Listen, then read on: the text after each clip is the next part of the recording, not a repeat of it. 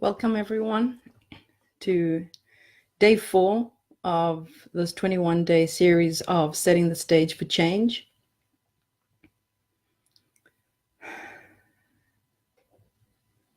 I look forward to these days more and more, just to tap in to see what I can remember from the past and what I would have liked to know in the time when I was emotionally and had no idea of where to begin to even bring some sort of clarity, some sort of relief, some sort of peace within me.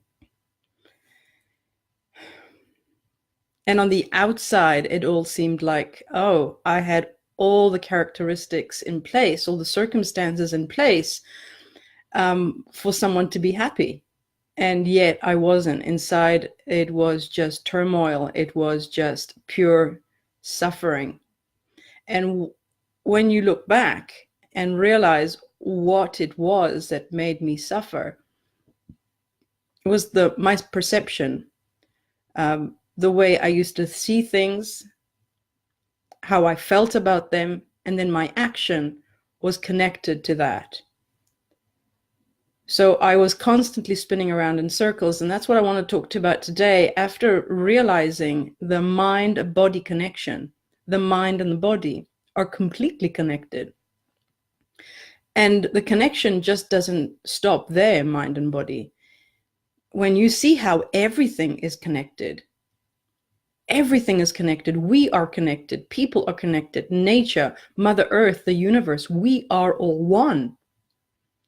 And when we just begin to see the connection between the mind and the body, already something starts to open up. There's this open space where you start to recognize and notice that these action-reaction, knee-jerk responses. So as you have a thought, as Joe Dispenza says in his book, and I love how he verbalizes this, that the thoughts are the language of the mind and the feelings are the language of the body. So the moment you say something with your mind, with thoughts, through definition, through description, through judgment, criticizing, anything that is a verbalized, that can be structured, given meaning to.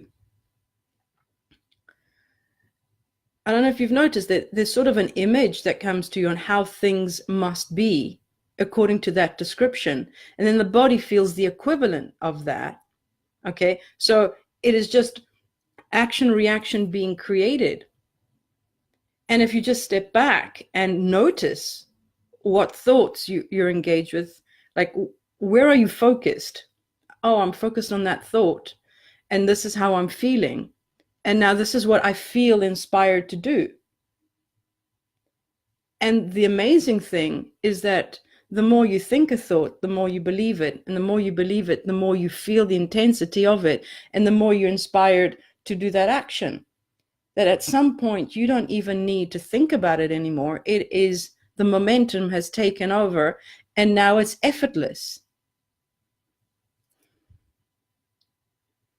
It's actually quite, it's a brilliantly designed process, even though we don't see it going step by step by step. Everything is working magnificently all together, just like the cells in your body. They're all cooperating and working perfectly in perfect synchronicity.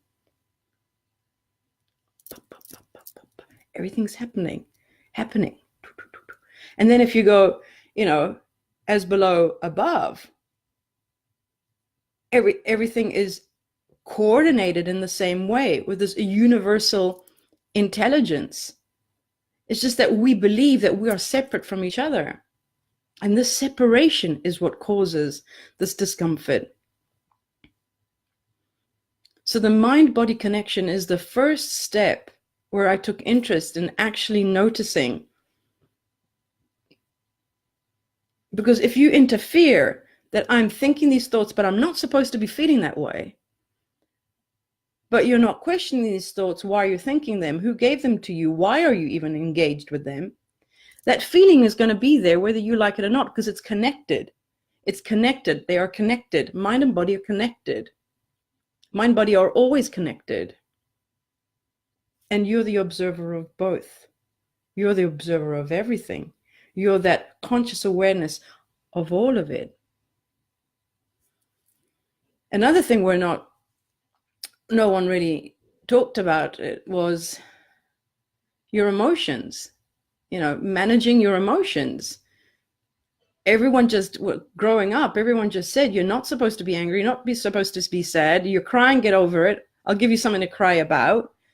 All these things, like they automatic responses. Oh, you're upset, hang on, let me try and fix this so you're not going to be upset. You're feeling fearful, hang on, let me try and get you this so you don't have to feel fearful. Hang on, you're not feeling loved, wait, let me do something that will make you feel loved, wait. So we're all trying to do things for each other, but we're not questioning, hang on, why are you feeling sad? Why are you feeling unloved? Why are you feeling unsafe? Why are you feeling a lack of freedom? And maybe just what you just said or what you just did help them once again see it.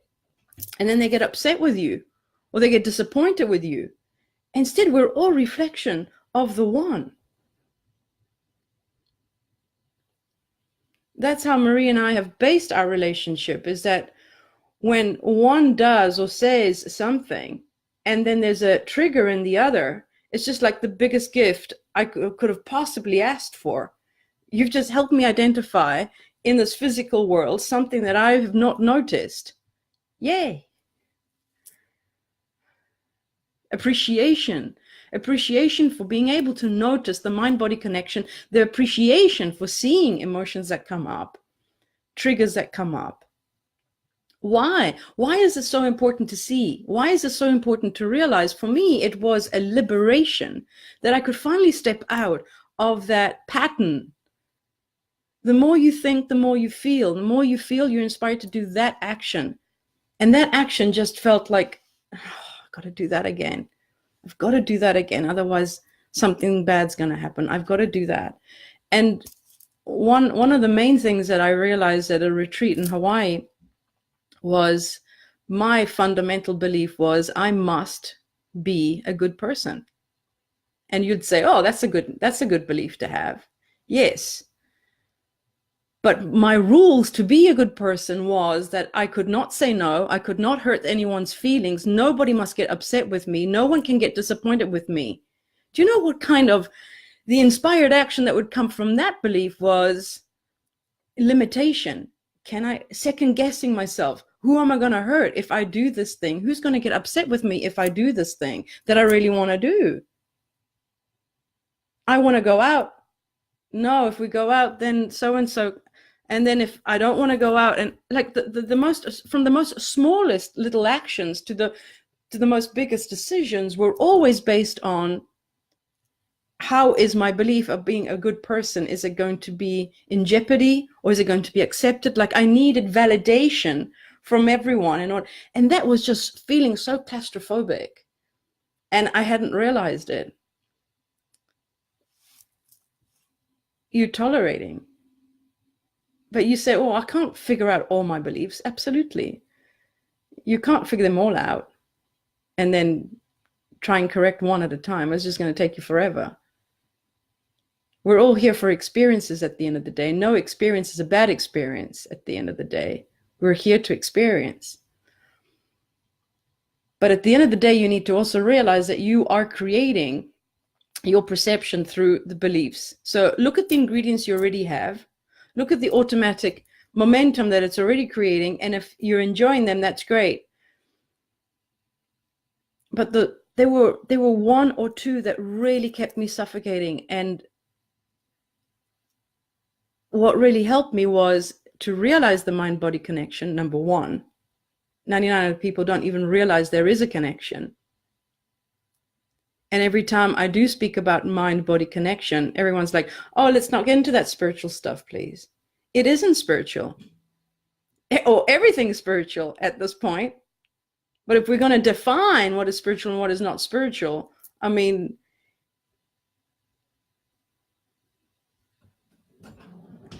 You can't really distinguish one thing from another. That's what the mind does. You can't really define everything and pinpoint what it is. That's what the mind does. The mind pigeonholes and describes. We mustn't get confused as the mind is a magnificent tool that we use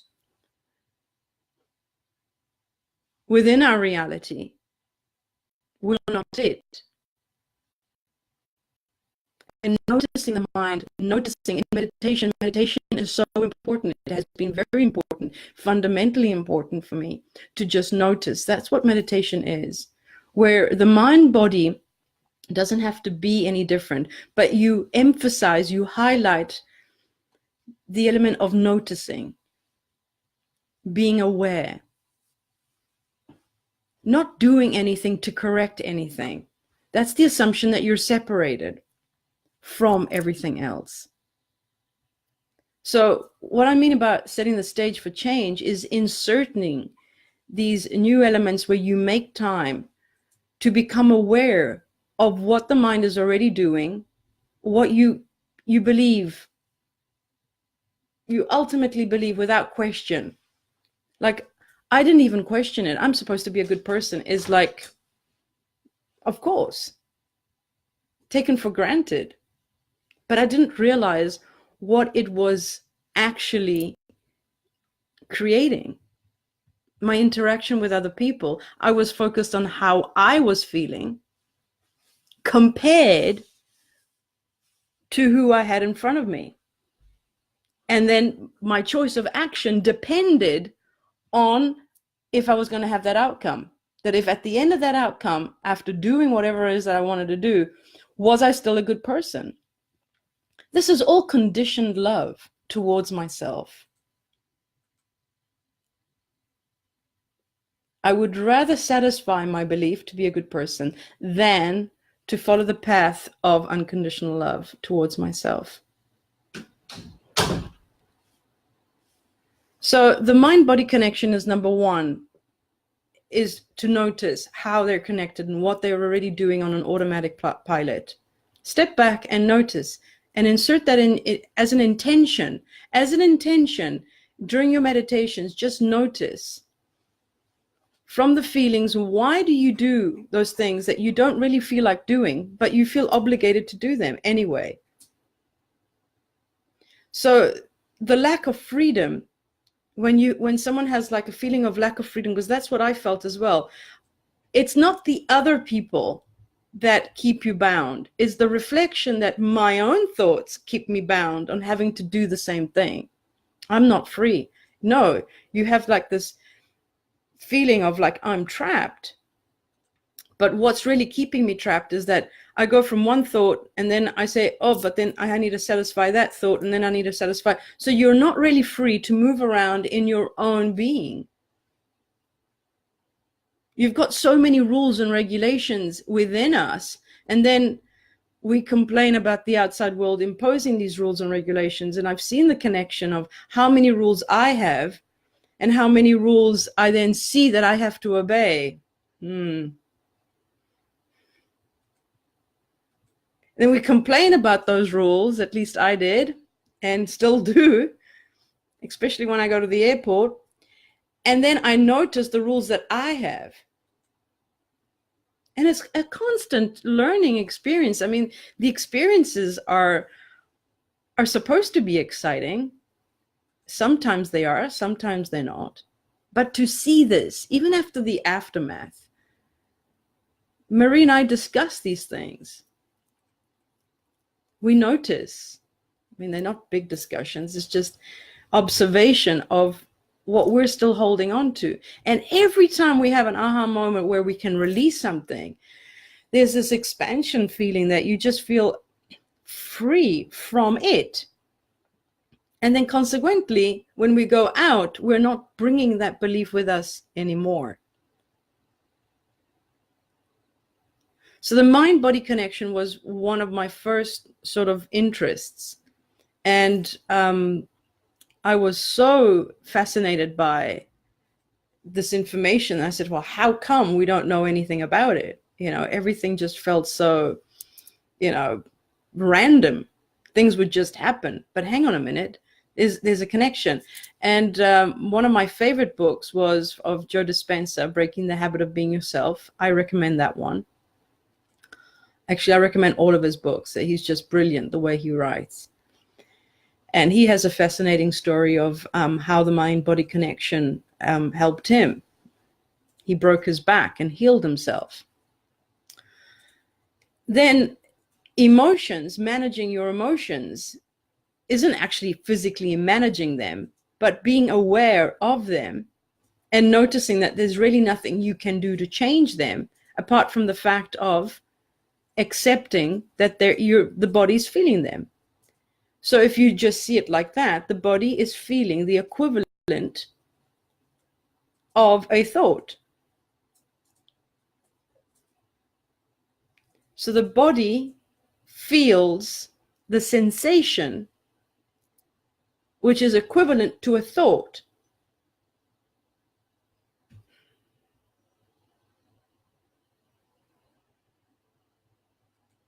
So when the body's feeling sadness, or it's feeling fear, or it's feeling anxiety, you believe you're having the experience of sadness and lack of freedom and fear and anxiety. The body is having a moment, an experience. That's how an experience is experienced, through thoughts, images, and sensations. That's how you know you're having an experience. You're having an experience. An experience is happening within your bubble of reality. But how we react to it is like, I'm feeling fear. You're not supposed to feel fear. Get over that. And that's impossible to do. Like, that's impossible. An experience is happening and you just want to press pause. What do you want to do? You want to press stop? You're not liking this song? You're not liking this movie? You want to skip to another one? Hang on. Allow this experience to give you the experience, and then you can decide afterwards, okay, after that experience, what do I prefer now to experience?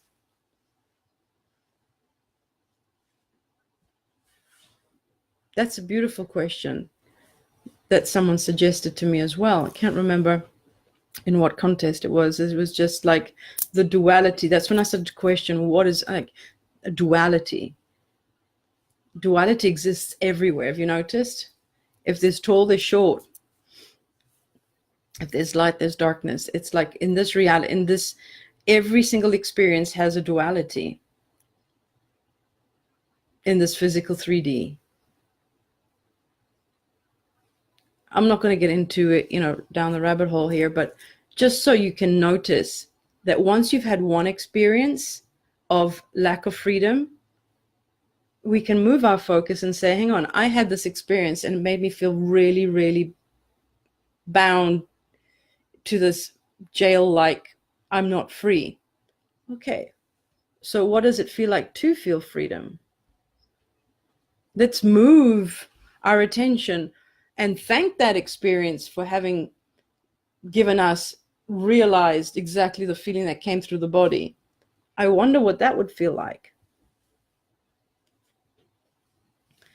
And what helps me also to, obviously this is not all happening all at the same time. It feels like sometimes these emotions just can overwhelm you. And breathing, remembering to breathe with my diaphragm just allows everything to slow down, and I can still feel the emotions in my body. And I allow that. And just stopping for a couple of minutes and noticing exactly what I've just experienced, and appreciating, first of all, the experience. You can't go around life saying, oh, I had that experience, don't want to ever think about it, forget about it. I don't know that. It's all a cluster of experiences. Again, all the shades of color of light. And they're all deriving from the ultimate of unconditional love. Every single emotion is a variety of that.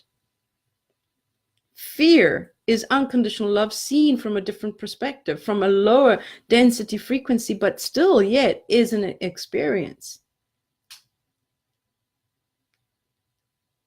The emotional scale really helped me to see things from a different perspective. So begin to become aware number one, that a mind-body connection does exist. And notice. And if you can't notice what you're thinking, it doesn't matter. Just keep noticing the sensations in your body and the experience that you're having.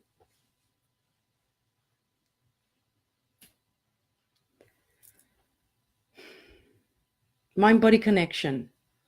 Managing your emotions, meaning allowing them to be felt. The more you can feel, the more, there's a word, emotionally mature maybe, but not that. You feel like you do have a way to be one with it instead of wanting to separate it. And why I talk so much about emotions and the sensations, because ultimately at the end of the day, your emotions will be that which defines your experience, a negative one or a positive one. It defines it whether you're suffering or not, whether you think you're suffering or not.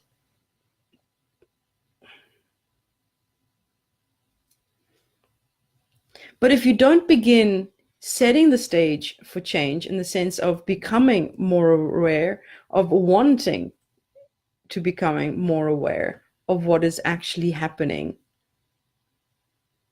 and taking the time of prioritizing, noticing and recognizing thoughts, emotions, sensations, actions, when you feel like you're obligated to do something and you feel that there's no way out, I have to do this thing, I have to do it like that.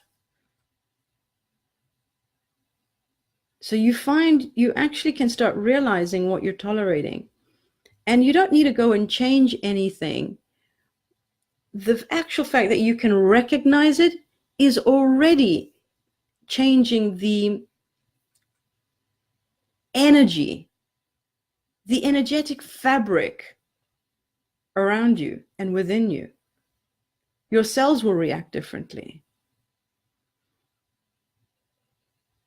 Those neural pathways will stop going round and round and round and round in circles in that particular way.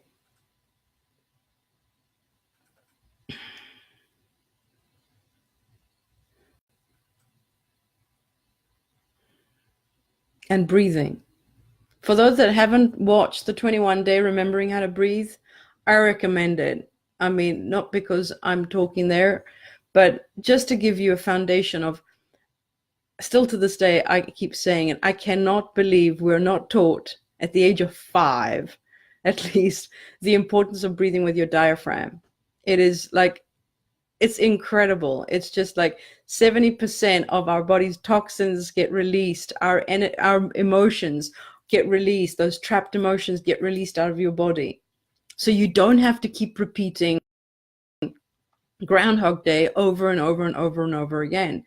Ultimately, when you ask for something to change, is because you want a new experience. If you keep thinking and feeling and doing the same things, you're going to be having the same experience over and over again. But it's a paradox when you innately and naturally want to have different experiences, but your mind says having different experiences is dangerous, or it's not going to be safe. You don't know what's going to happen. You just don't know.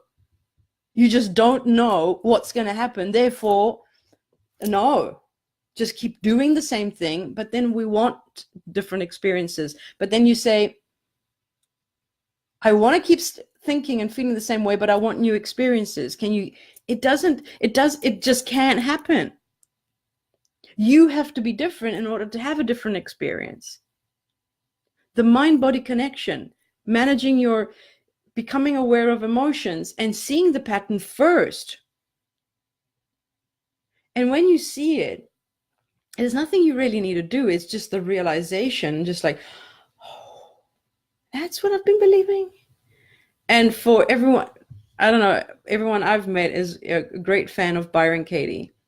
Byron Katie has specific, I mean, if you want doable facts, Byron Katie's your girl. She's got a beautiful process called The Work. Byron Katie, with a BYRON. Katie, that's her name. If anyone is struggling with emotions, that they just cannot see a different perspective, I highly recommend Byron Katie. Her process is called The Work. It's very good. It's very good. It's excellent, actually, if you're struggling with any one topic in particular. So I would recommend that. Yes, reading and becoming more curious about your emotions, your thoughts, your beliefs, and how you can actually have a different experience. Like if I look back now, 7 years ago, on how I was struggling, and now 7 years later down the road, and all the different experiences that I've gone through, and the world is still the same. The rules are still the same.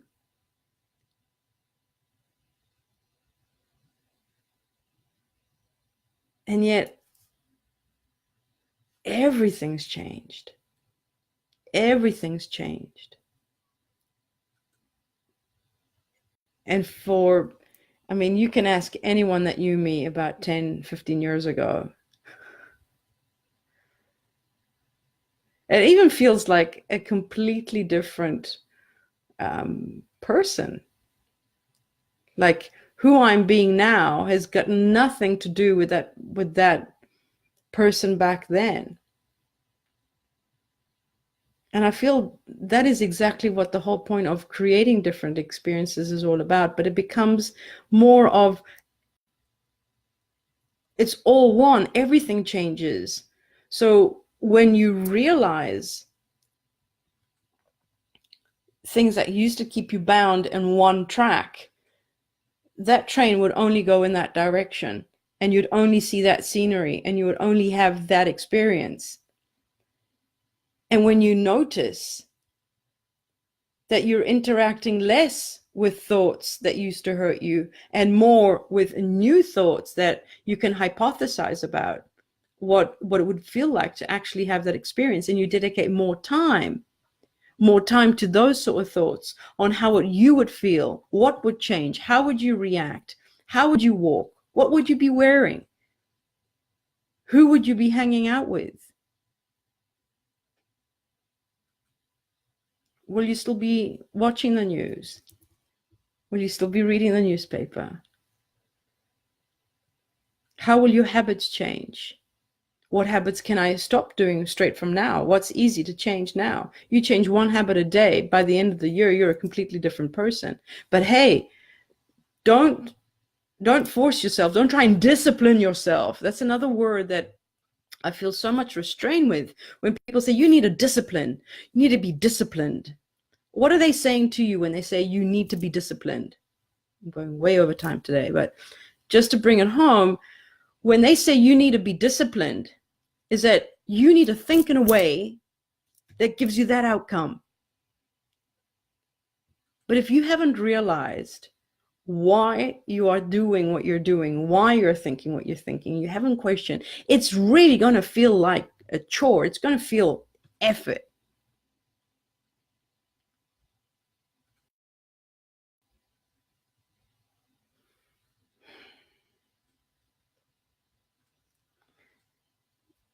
If you want to use the word discipline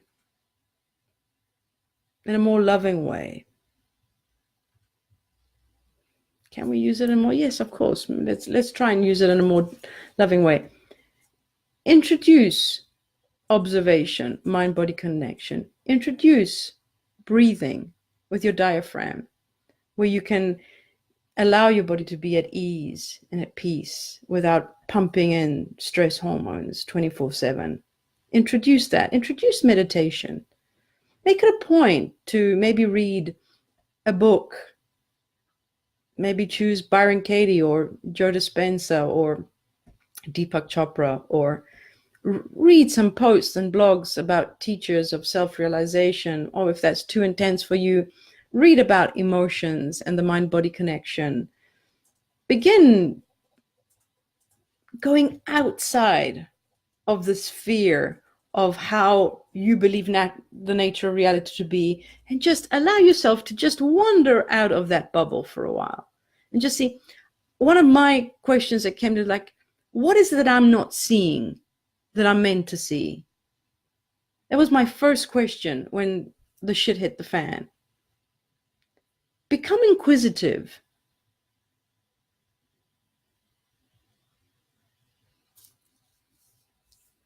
So introduce these sort of things into your routine. Find the time to just 20 minutes a day meditate. Notice what breathing exercises you can bring to the table and insert them during your day. Question what you believe, especially if it's hurting right here, right now. And read a book on how it can empower you, heal you, open the horizons, change your perspective, bring in some different elements towards your self well-being, where you can start to feel a bit of relief or a lot of relief.